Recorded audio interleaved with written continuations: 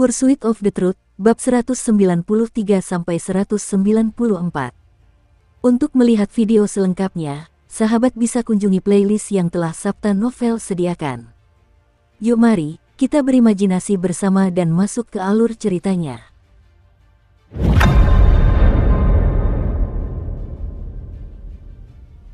Apa arti dari bencana petir? Gumam Suming. Kata-kata malapetaka petir disebutkan dalam metode untuk menciptakan rampasan roh yang tersimpan di kepalanya.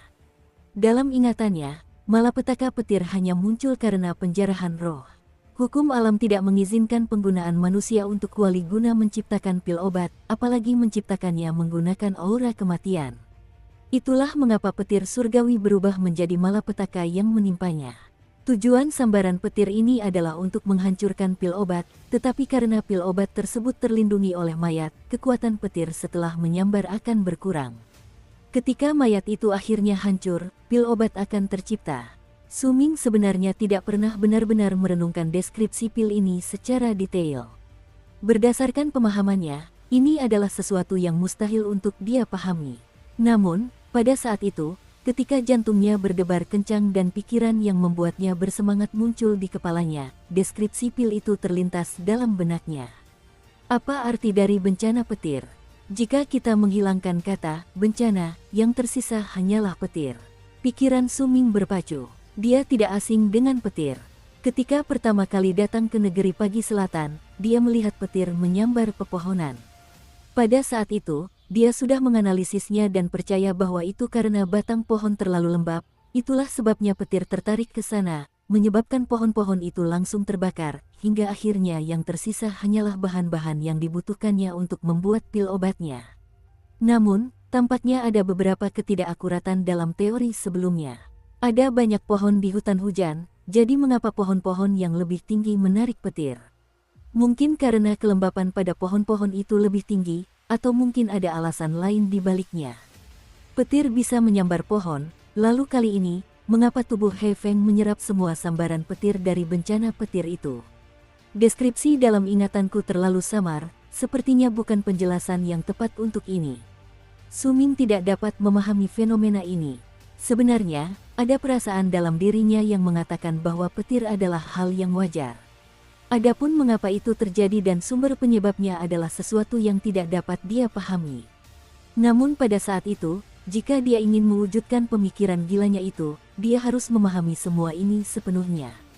Mengapa petir ada? Apa itu petir? Jika aku tidak bisa memahami penyebab petir, maka aku tidak akan bisa menahannya di dalam tubuhku dan mengubahnya menjadi wadah asalku.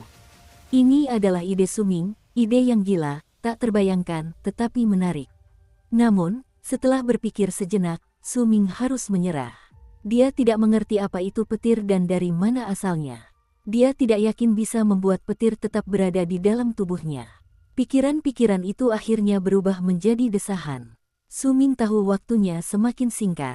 Patung Dewa Kebangkitan perlahan berdiri dan kilat di langit dengan cepat berkumpul sebelum menyambar.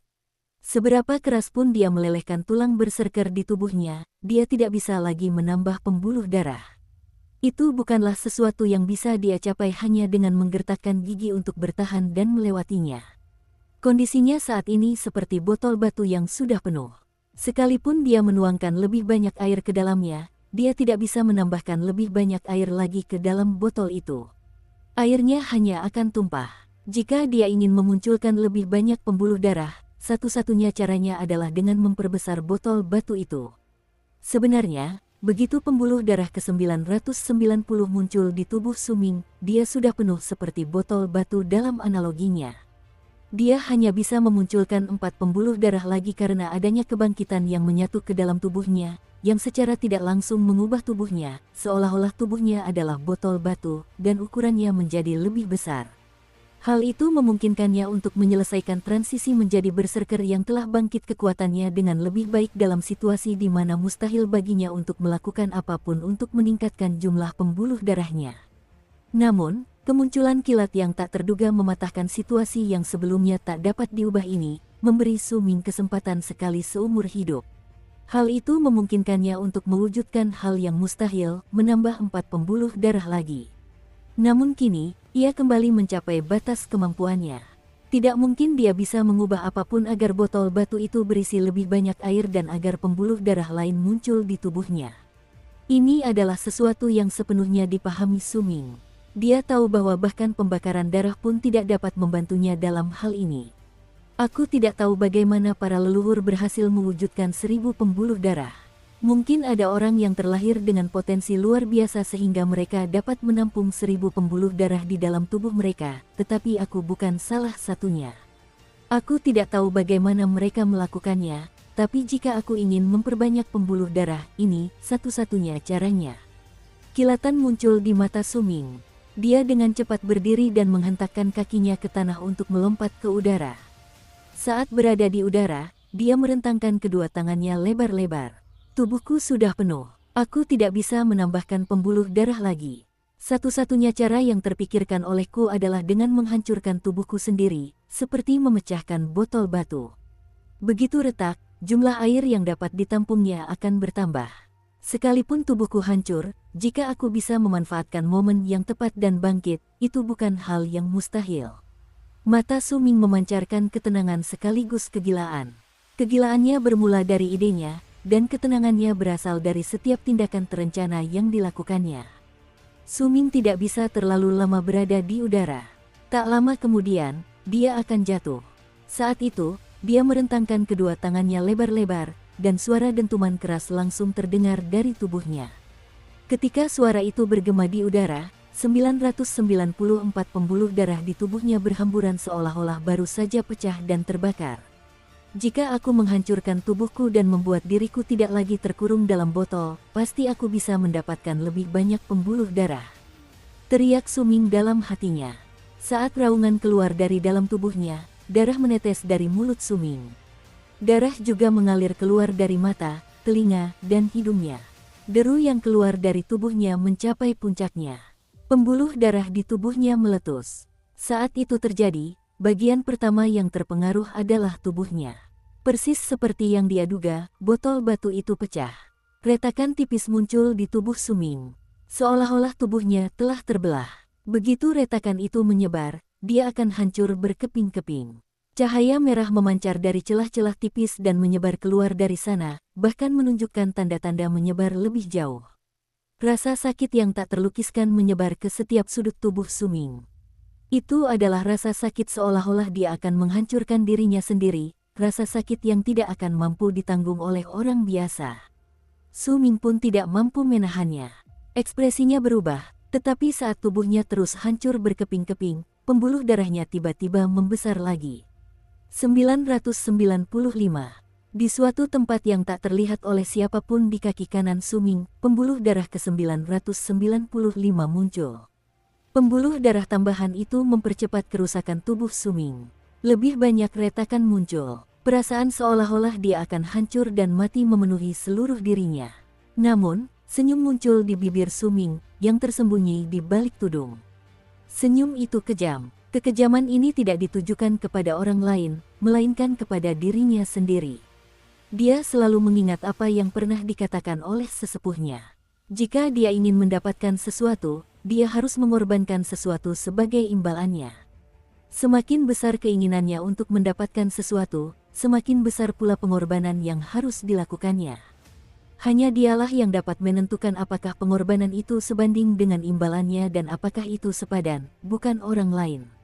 Aku sudah mengambil langkah ini dan mendapatkan pembuluh darah ke-995. Jika aku tidak mengerahkan semua yang kumiliki dan berjuang untuk itu, aku tidak akan puas. Tubuh Su Ming mulai jatuh dari udara. Selama proses tersebut, tubuhnya mulai hancur berkeping-keping dengan cepat. Raungan itu bergema di udara, dan saat Su Ming terjatuh, pembuluh darah lain muncul dengan kekuatan eksplosif di kaki kirinya.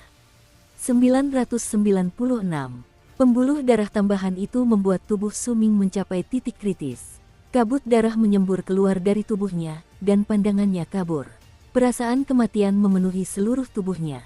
Semua itu disaksikan oleh orang-orang di sekitarnya, dan mereka dipenuhi dengan keterzanjian dan rasa hormat yang mendalam.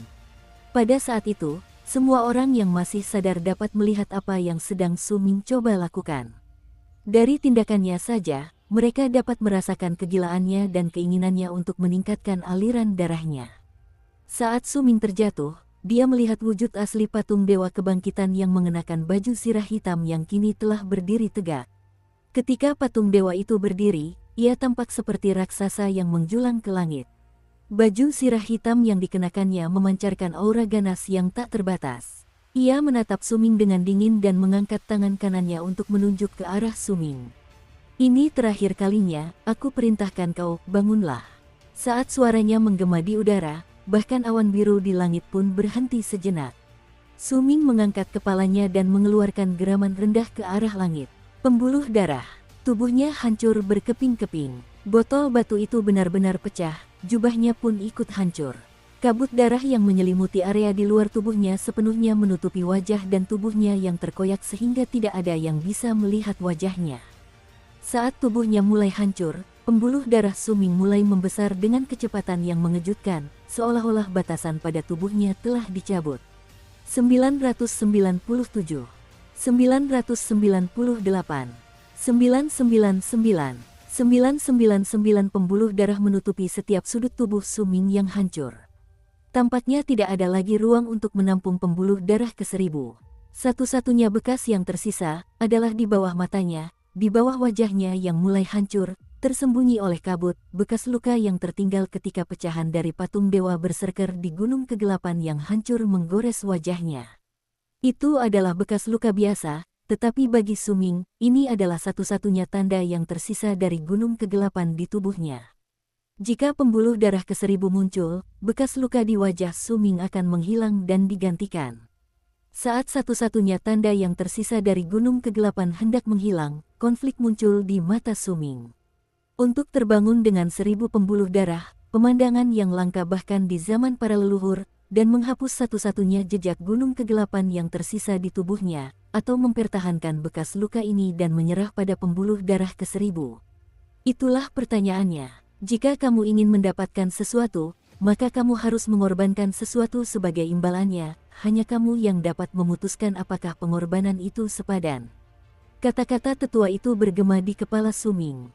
Dia merasa seolah-olah telah melihat tetuanya, gunung kegelapan, dan saat patung dewa berserker milik suku gunung kegelapan hancur berkeping-keping. Akhirnya, di mata Suming, ia teringat pemandangan yang dilihatnya menggunakan kekuatan Han Kong, di mana ia melihat dirinya sendiri terikat rantai di kehampaan. Dukung terus channel YouTube Sabta Novel. Suming saat itu tidak memiliki bekas luka di wajahnya, tetapi begitu ia mengatakan sesuatu, bekas luka itu muncul di wajahnya. Aku menolak, gumam Suming. Saat kata-kata itu terucap, pembuluh darah ke-1000 menghilang. Pada saat yang sama, kehadiran kebangkitan yang luas menyelimuti seluruh tubuh Suming. Tubuhnya yang hancur memperbaiki dirinya sendiri dalam sekejap, dan kabut darah yang telah menyebar kembali masuk ke dalam tubuhnya. Bahkan pakaian yang robek pun menyatu kembali dan muncul di tubuhnya, seolah-olah waktu telah berbalik. Dunia bergemuruh. Kehadiran yang hanya dimiliki oleh mereka yang telah bangkit meletus dari tubuh Suming. Kekuatan kehadiran itu begitu luar biasa sehingga menyebabkan semua berserker di alam pemadatan darah di daerah itu gemetar. Bahkan Nantian dan para berserker bangkit kuat lainnya merasa terkejut. Mereka dapat dengan jelas merasakan tekanan yang sangat dahsyat yang berasal dari tubuh Suming. Bangun! Kekuatan tekanan itu jauh melampaui kekuatan seorang berserker biasa yang telah mencapai transendensi, tetapi tetap saja tidak stabil. Kehadiran itu memenuhi seluruh tubuh Suming. Meskipun demikian, saat tekanan itu menghilang, semua orang di sekitarnya merasa terguncang hingga ke inti. Ini adalah pertama kalinya dalam hidup mereka melihat proses lengkap seorang berserker yang mencapai kesempurnaan dalam transendensi alam pemadatan darah. Hal ini sangat mengejutkan mereka sehingga bahkan dapat memengaruhi seluruh hidup mereka. Tetua suku Pukiang gemetar saat ia bersujud di tanah. Tingkat kultivasinya mungkin berada di tahap transendensi menengah, tetapi hanya ada rasa hormat yang tak terlukiskan dalam dirinya terhadap Suming. Rasa hormat itu berasal dari jiwanya, dan muncul karena kekuatan yang terpancar dari tubuh Suming. Tekanan yang mengintimidasi ini membuat tetua suku Pukiang terengah-engah. Jika ia sudah dalam kondisi seperti ini, maka kondisi pria yang tampak seperti gunung daging di sampingnya jauh lebih buruk. Pemimpin suku Pukiang memandang Suming dengan rasa hormat yang luar biasa. 999 pembuluh darah di tubuh Suming langsung meleleh. Ketika tubuhnya yang terjatuh berada 100 kaki dari puncak Gunung Pukiang, untuk pertama kalinya, dengan kekuatannya sendiri, Suming melayang dan berdiri di udara. Dia telah melampaui batas. Pada saat itu, wujud asli patung dewa transendensi yang mengenakan baju sirah di langit menatap Suming dengan sedikit kelembutan yang hampir tak terlihat di matanya yang dingin dan acuh tak acuh. Menghancurkan tubuhmu untuk memperoleh transendensi, itu sesuai dengan hukum kedua yang ditetapkan oleh Dewa Berserker pertama. Aku menganugerahkan kepadamu, pedang selatan terbelah, datanglah ke Yu Agung untuk mengambil pedangmu, dan engkau akan dianugerahi gelar Jenderal Ilahi Transendensi. Wujud asli patung dewa transendensi dengan suara agungnya bergema di udara. Ia menatap Suming dengan saksama sebelum mengayunkan tangan kanannya ke bawah dan menyerbu ke arah Suming. Dalam sekejap, ia muncul di hadapan Suming dan menyentuh bagian atas tengkoraknya. Suming tidak menghindar. Saat itu, ia tidak memiliki pembuluh darah di tubuhnya, tetapi terdapat kekuatan yang jauh melampaui kekuatan 999 pembuluh darah berkali-kali lipat di dalam dirinya. Selain itu, patung dewa transendensi di langit memberinya perasaan aneh, seolah-olah ada semacam hubungan misterius di antara mereka. Itu membuatnya merasa bahwa itu bukanlah makhluk yang dingin dan acuh tak acuh, tetapi ada rasa keakraban yang terpancar darinya. Ketika jari telunjuk kanan patung dewa transendensi menyentuh bagian atas tengkorak Suming, tubuhnya bergetar. Dia dapat dengan jelas merasakan energi khusus mengalir dari jari itu ke tubuhnya, menyebabkan tubuhnya bergetar dan bergemuruh sekali lagi. Sebuah perasaan yang semakin kuat menyelimutinya sepenuhnya. Akhirnya, kehadiran istimewa itu menyebar di dalam diri Suming. Ketika menyelimuti seluruh tubuhnya, kehadiran itu berubah menjadi gumpalan kabut hitam yang mengelilingi Suming dari kepala hingga kaki sebelum berubah menjadi baju zirah hitam. Zirah itu sedikit berbeda dari zirah yang dikenakan oleh wujud asli patung dewa transendensi. Desainnya jelas jauh lebih sederhana, tetapi kekuatan luar biasa yang dipancarkannya menyebar secara tiba-tiba. Namun, baju zirah Suming hanyalah ilusi. Itu tidak nyata. Mari ke Great Yu. Wujud asli patung dewa transendensi di langit menarik kembali tangan kanannya. Tubuhnya perlahan memudar, dan setelah beberapa saat, ia benar-benar lenyap dari langit. Tidak ada jejaknya yang dapat ditemukan setelah itu. Pada saat itu, satu-satunya yang tersisa di langit hanyalah awan biru besar yang masih mengumpulkan kilat. Malapetaka petir akan menimpanya kapan saja. Aku akhirnya melampaui. Suming melayang di udara. Armor kabut hitam yang menyelimuti tubuhnya memberinya aura ganas dan membekukan. Dia berdiri di udara dan memandang langit di kejauhan. Perasaan yang tak terlukiskan menyebar di hatinya. Tetua, aku telah melampaui batas, Bailing, tahukah kau? Aku telah melampaui batas. Suming merasakan kesedihan yang mendalam di hatinya. Transendensi seharusnya menjadi momen yang membahagiakan, tetapi karena alasan yang tidak dia ketahui, dia tidak merasakan kegembiraan apapun. Dia hanya merindukan gunung kegelapan.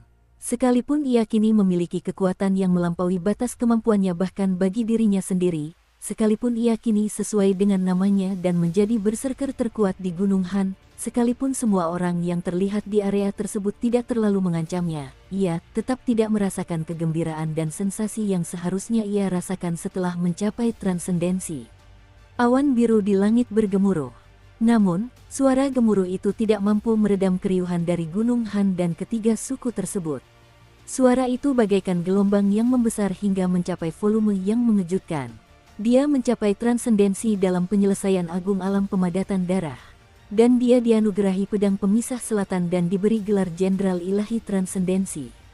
Pedang selatan terbelah, aku belum pernah membaca tentang pedang ini dari gulungan kuno manapun, tetapi jika pedang ini diberikan oleh patung dewa transendensi, maka pastilah pedang ini luar biasa. Apakah ini kebetulan yang menyenangkan bagi seorang berserker yang mencapai kesempurnaan besar dalam transendensi alam pengerasan darah? Mereka akan diberi hadiah berupa harta karun. Dan mereka juga akan diberi gelar Jenderal Ilahi Transendensi. Tapi sebenarnya, siapakah Jenderal Ilahi Transendensi itu? Yang terkuat dari kota Gunung Han, Nantian menatap Suming yang berdiri di udara dan bergumam. Jenderal Ilahi Transendensi, mengapa ini tidak pernah muncul saat aku melihat patung dewa transendensi sebelumnya? Jantung Kejiusi berdebar kencang dan rasa hormat yang mendalam terpancar dari matanya.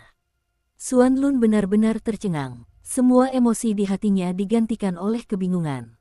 Dia menatap Suming dan perasaan tak berdaya tumbuh dalam dirinya. Jenderal Ilahi Transendensi, dia dianugerahi gelar Jenderal Ilahi Transendensi. Han Feizi gemetar dan rasa tidak percaya terpancar di matanya. Dia adalah salah satu dari sedikit orang yang mengetahui arti gelar Jenderal Ilahi Transendensi. Bahkan, dia juga menekan aliran darahnya untuk menjadi Jenderal Ilahi Transendensi. Jenderal Ilahi Transendensi adalah pengakuan yang diberikan kepada berserker transendensi yang benar-benar memperoleh intisari suku berserker. Ini adalah lambang berserk, dan ini adalah sesuatu yang tidak dapat dibandingkan dengan berserker transendensi biasa, gumam wanita tua itu di suku Danau Warna. Tetua suku Timur Tenang berlutut dengan ekspresi hormat di wajahnya di Gunung Timur Tenang. Aku tak percaya seorang Jenderal Ilahi Transendensi muncul di Gunung Han. Aku penasaran baju zirah patung dewa mana yang akan dia terima begitu dia pergi ke Yu Agung. Setelah kehebohan singkat, dua sosok terbang keluar dari Gunung Danau Warna. Mereka adalah wanita tua dan Yan Luan. Wajah Yan Luan dipenuhi rasa hormat yang mendalam. Bersama wanita tua itu, ia membungkuk ke arah Suming di udara. Suku Danau Warna mengucapkan selamat kepada Jenderal Ilahi atas pencapaian transendensi. Pada saat yang sama, tetua suku Timur Tenang juga terbang dari Gunung Timur Tenang, dan bersama Fang Sen, yang berdiri di gunung itu, kata-kata mereka menyebar. Suku Timur yang tenang mengucapkan selamat kepada Jenderal Ilahi atas pencapaian transenden. Suku Pukiang mengucapkan selamat kepada Jenderal Ilahi atas pencapaian transenden. Suara mereka bergema di udara, dan diikuti oleh ucapan selamat yang datang dan pergi dari seluruh kota Han Mountain. Suara mereka bergema di udara saat mereka memuji Suming. Selain lelaki tua dari 3 orang anggota klan Langit Beku yang berada ribuan li jauhnya dari kota Gunung Han, pria dan wanita itu sama-sama terkejut saat melihat ke kejauhan. Adik perempuan Han Feizi dianugerahi gelar Jenderal Ilahi. Kita harus segera melaporkan ini kepada guru besar sebelah kiri. Nama adik Han Feizi pasti akan menggema di seluruh klan pembeku. Suming berdiri di udara dan menekan pikirannya. Dia mengangkat kepalanya dan memandang awan biru di langit. Dia tahu bahwa ini bukan saatnya untuk merasa terharu. Dia baru setengah jalan menuju transendensi. Ini belum berakhir. Aku harus segera memilih wadah asalku dan mengasimilasikannya ke dalam tubuhku, lalu aku harus pergi dan mencari tempat yang tenang untuk menggambar tanda berserkerku dalam meditasi. Hanya setelah ia selesai menggambar tanda berserkernya barulah ia dapat dianggap telah menyelesaikan proses transendensi, dan hanya saat itulah kekuatannya dapat stabil, alih-alih berfluktuasi dan menyebar seperti ini. Sayang sekali aku tidak tahu terbuat dari apa petir itu dan aku juga tidak tahu bagaimana petir itu muncul, jadi sulit bagiku untuk menyimpannya di dalam diriku dan menjadikannya wadah asalku, aku hanya bisa memilih untuk menggunakan penjarahan roh. Suming berdiri di tengah udara dalam keheningan dan memandang awan biru di langit. Ada raut penyesalan di matanya saat dia menunggu saat petir menyambar dan pil obat itu muncul. Namun pada saat itu, seberkas kilat tiba-tiba muncul dari kumpulan kilat di awan biru di langit. Saat cahaya di awan itu berkedip-kedip, ia melesat ke arah tanah dan mendarat di sebuah gunung di kejauhan seolah-olah dipandu oleh sesuatu. Saat melihat itu, tiba-tiba terdengar suara gemuruh di kepala Suming. Dia menatap tajam awan biru di langit dan menundukkan kepalanya untuk melihat daratan beserta sisa-sisa tubuh He Feng yang melayang di udara. Petir menyambar pepohonan, petir tertarik saat aku menciptakan spirit plunder, petir jatuh dan menyambar puncak gunung, ini ada. Suming sepertinya telah memahami sesuatu, tetapi pemikiran itu tidak jelas di kepalanya. Namun demikian, dia merasa telah menemukan sesuatu yang penting. Pada saat itu, awan biru bergemuruh.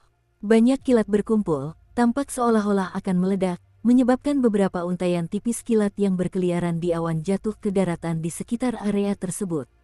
Kilat-kilat itu jatuh di pegunungan di sekitarnya. Beberapa bahkan jatuh di pegunungan tempat orang-orang berkumpul untuk menonton. Mereka menjadi panik dan dengan cepat menghindari sambaran petir. Aktivasi, aku mengerti. Kilatan cahaya terang muncul di mata Suming. Dia sudah sedikit memahaminya. Petir pada awalnya tidak jatuh dari langit. Bukan atas kemauannya sendiri petir menyambar pepohonan. Mungkin lebih tepat untuk mengatakan bahwa petir tidak memiliki kemauan, ia hanya tertarik pada pepohonan di udara. Hal yang sama berlaku untuk pegunungan di daerah ini. Pegunungan itu menarik petir di langit. Hal yang sama juga berlaku untuk orang-orang di daerah tersebut. He Feng juga sama. Bukannya petir menyerangnya, melainkan ada sesuatu pada dirinya yang menarik petir kepadanya. Benda ini ada di pegunungan, pepohonan, dan banyak tempat lainnya. Lalu, apa itu? Su Ming menoleh dengan cepat untuk melihat He Feng. He Feng menyerap aura kematian untuk penyempurnaan. Mungkinkah itu aura kematian? Tapi tidak ada aura kematian di tanah, juga tidak ada di pegunungan. Itu bukan aura kematian, tapi sesuatu yang lain. Apa yang menarik petir? Su Ming sedikit memahami konsep tersebut, tetapi bersamaan dengan itu muncul lebih banyak kebingungan. Namun, dia tidak punya waktu untuk berpikir. Saat pikirannya bekerja keras, langit bergemuruh dengan intensitas yang mengguncang langit dan bumi. Awan biru itu akhirnya mengumpulkan cukup petir. Cahaya biru itu menusuk mata orang-orang. Petir akan segera menyambar. Namun tepat pada saat itu, pikiran Su Ming bergemuruh saat ia mengaktifkan seni penandaan. Dengan aktivasi seni penandaan, ia gemetar dan melihat sesuatu yang samar-samar di tanah. Saat guntur bergemuruh, ada cahaya kilat yang hampir tak terlihat dan samar yang akan mudah terlewatkan jika ia tidak mencarinya. Cahaya itu ada di tanah, di pegunungan, dan di kerumunan seperti gelombang pasang. Itu adalah cahaya kilat yang tidak dapat dilihat dengan mata telanjang. Itulah yang menarik kilat di langit. Petir-petir itu ingin menyentuhnya. Kilauan petir yang tak terlihat dengan mata telanjang merambat di tanah dan semuanya diserap oleh tubuh He Feng. Begitu sejumlah besar kilauan itu masuk ke dalam tubuhnya, kilauan itu berkumpul di dalam dirinya. Saat kilauan itu memberi nutrisi pada pil obat di tubuhnya, kilauan itu juga menjadikan tubuh He Feng sebagai tempat berkumpulnya kilauan petir terbanyak dari tanah. Su Ming seolah mendengar suara samar memanggilnya, seolah itu hanya khayalan semata. Suara gemuruh muncul di kepalanya.